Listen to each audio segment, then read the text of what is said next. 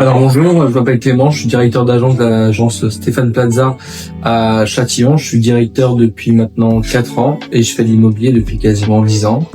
Au niveau de mes études, rien à voir avec l'immobilier. J'ai fait un bac pro en électrotechnique et un BTS en fluide énergie environnement. Et au niveau de mon parcours, j'ai fait tout un tas de métiers commerciaux qui étaient basés soit dans le bâtiment ou dans le textile, et j'en suis arrivé à faire de l'immobilier. Ce qui m'a plu dans l'immobilier, c'est de me rapprocher du contact avec les personnes, parce que chaque vendeur ou acheteur a des projets différents, et ce qui m'a touché, c'est de comprendre à chaque fois leurs projets, de m'intéresser à eux. Et au niveau du management, je me suis mis au final à être directeur d'agence, parce que j'aime bien driver une équipe et j'aime bien aussi gérer l'humain, mais du côté professionnel. Ce qui me motive aujourd'hui dans ce rôle, c'est vraiment de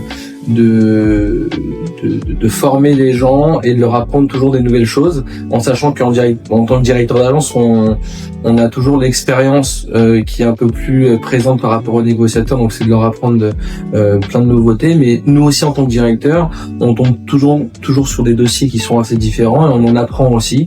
Et le but de ce métier-là et de cette profession de directeur, c'est vraiment de transmettre des bonnes valeurs, des valeurs humaines et des valeurs aussi professionnelles et rigoureuses de notre travail. Les conseils que je pourrais donner pour quelqu'un qui veut diriger une agence, tout d'abord, c'est d'être humain, d'écouter les gens, d'écouter leurs envies, d'avoir des arguments, des contre-arguments, mais vraiment d'avoir cet esprit d'équipe-là pour que tout le monde soit en phase et soit en cohésion. Et le plus important aussi, c'est de réunir une équipe et de faire en sorte que eux veulent bien arriver le matin et être dans un bon cadre du travail. Et en gros, de donner envie de faire ce métier-là aussi. Très honnêtement, je pense que l'immobilier, dans les années à venir, évoluera dans le bon sens, mais on gardera toujours ce contact physique. Il y a beaucoup de gens qui parlent de dématérialiser les choses, que tout passe par Internet, ou des visites virtuelles ou des choses comme ça, mais je pense que notre métier est au cœur de l'humain.